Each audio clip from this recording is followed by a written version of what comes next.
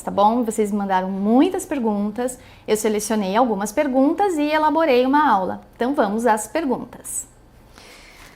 Vamos para Raiema. Não, melhor, Raniema. Desculpa se eu pronunciei seu nome errado. A Raniema fez a seguinte pergunta. Olá, tenho uma grande preocupação com a limpeza e desinfecção da seringa tríplice, já que a sua parte ativa, quando do seu uso, adentra a cavidade oral e muitas vezes ocorre de haver o respingo de saliva, sangue, etc. Mônica, sei que já fez uma live sobre o assunto, mas poderia nos presentear com maiores esclarecimentos da seringa tríplice? Vamos lá. A Raniema me abriu portas para que eu pudesse falar de um tema que se chama desinfecção de superfícies.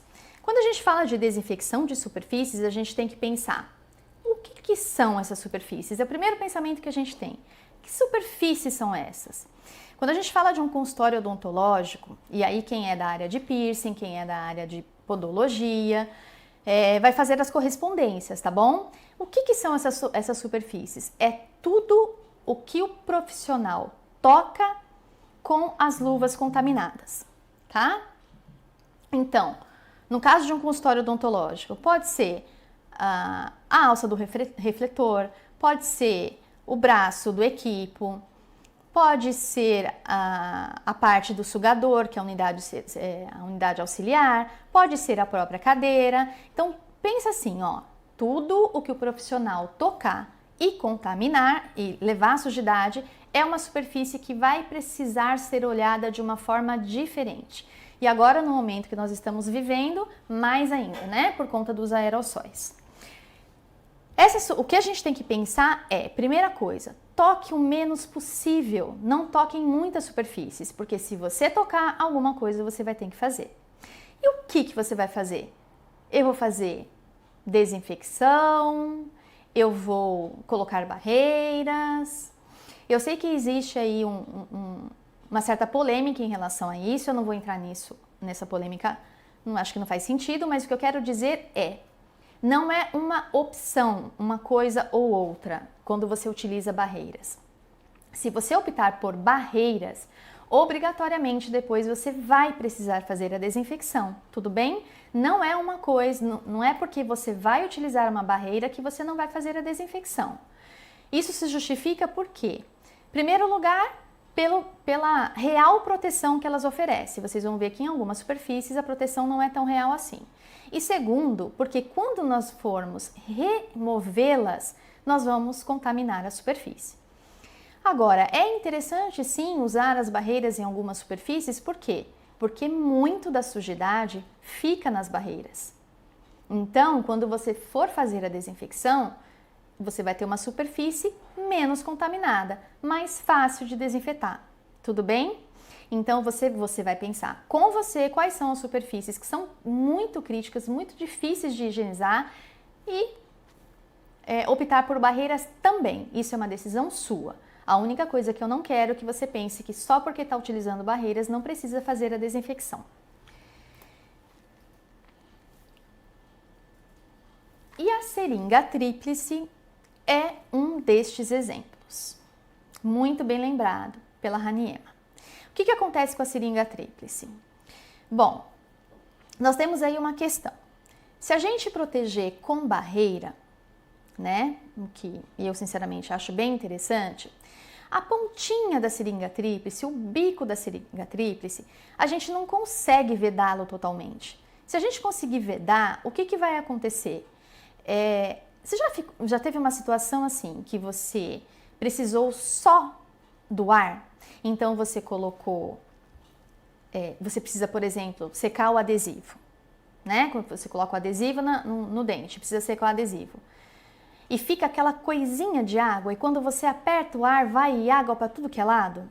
Isso atrapalha muito, né? Então, o bico da seringa tríplice, ele fica mesmo um pouco mais exposto. Isso é normal, e ainda que não fique, na hora que você aciona a água, vixe, entra água, tudo aí dentro.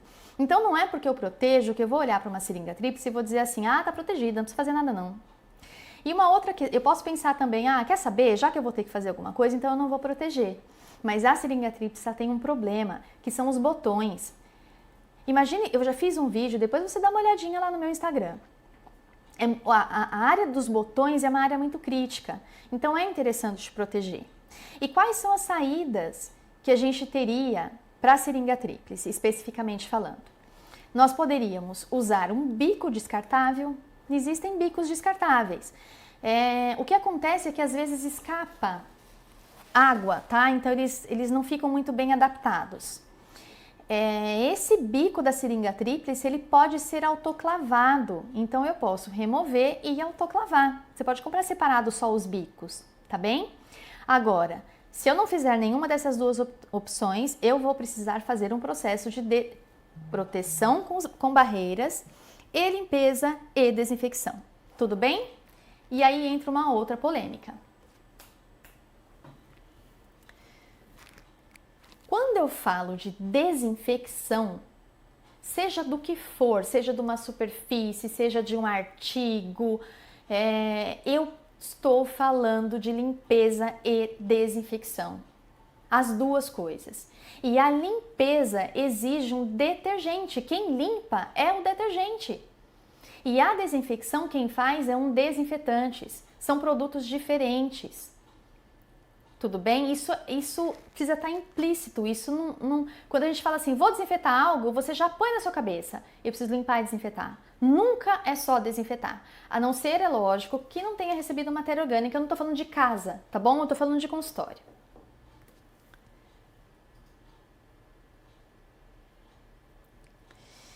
E aí? Vamos para polêmica? Nosso alquinho? Ai, meu Deus, isso já virou uma saga, né? Uma série mesmo. É só passar um alquinho? Olha, para vocês terem uma ideia, esse post, ele é de setembro, ou melhor, de outubro de 2018. Acredita? Faz 2 anos que eu fiz esse post. Lá já estava chamando a atenção, não é uma coisa de agora não. Vamos pensar um pouquinho no álcool. Eu vou ler o que eu escrevi, porque vocês já vão matar logo de cara. Será que é só passar um alquinho? O álcool a 70% é considerado um desinfetante de nível intermediário. Atua sobre vírus e bactérias, porém não é esporicida, ou seja, não atua sobre esporos. Sua atividade é diminuída na presença de matéria orgânica, que é sangue e saliva. Lembra? Os fluidos do paciente. Portanto, a superfície precisa de limpeza prévia, que é o que a gente já conversou agora. Não tem ação residual. Por isto, deve ser aplicado sob fricção por 3 vezes. Aplique e espere secar. Aplique e espere secar. Aplique e espere secar. Além disso, o álcool danifica plástico, acrílico e borracha.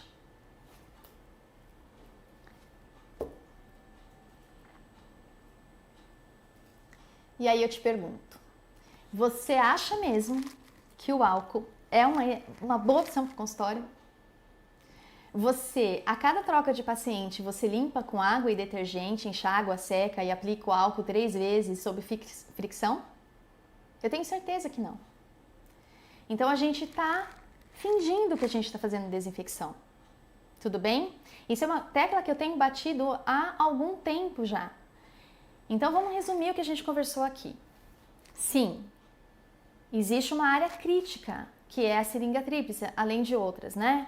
E eu dei algumas opções, mas se você optar todas as superfícies pela desinfecção, você vai fazer a limpeza em desinfecção. Isso é bastante problemático, eu sei disso. Então, o que aconteceu? Eu descobri, claro que isso, muitas pessoas já sabem disso também, através da área hospitalar, produtos que limpam e desinfetam ao mesmo tempo. Esses produtos são chamados de limpadores desinfetantes. Então imagina assim, num único frasco de produto, tá? Eu tô com um frasco de produto. Naquele único frasco eu tenho o detergente, que ele é chamado de surfactante, de tensoativo, esse é o detergente. E ele tem o desinfetante, alguns exemplos de desinfetantes. Quaternário de amônia, tem de primeira geração, de quinta geração, que na verdade é um blend. O quaternário ele tem uma característica ainda, uma outra característica, ele também tem esse efeito de detergente, porque ele é um detergente catiônico, tá? Então ele vai ter esse efeito também de limpeza.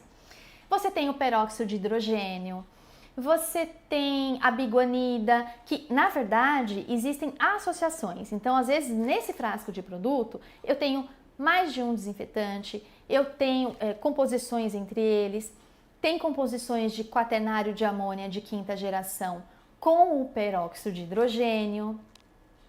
Então, mas tudo isso é vendido como limpador desinfetante e isso precisa estar em rótulo, tá bom?